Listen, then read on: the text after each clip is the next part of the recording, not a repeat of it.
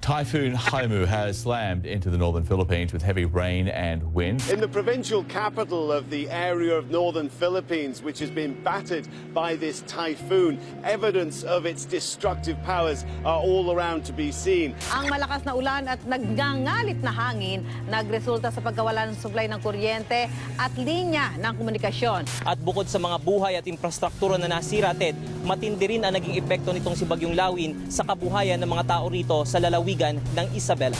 People everywhere will tell you this is the worst typhoon they have lived through.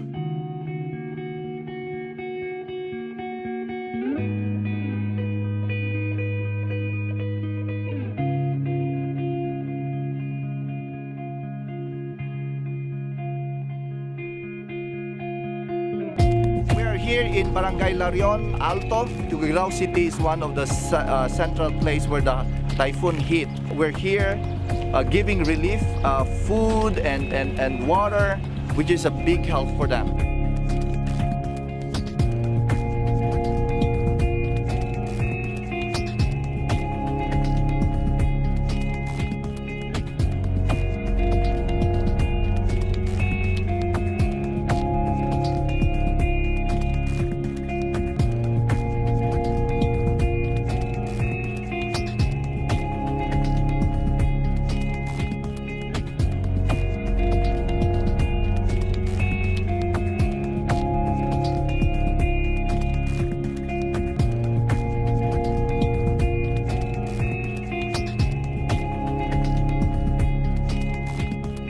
I would like to thank all the good and loving people of New Life Center for bringing help to us and sharing the love of God to the people of Cagayan. Thank you for giving us relief goods. Thank you for giving us your feeding program and the medical vision. You have blessed us a lot. Sa ngalan ng mga taga-Tuguegarao, nais po kaming magpasalamat sa New Life Community Care Foundation.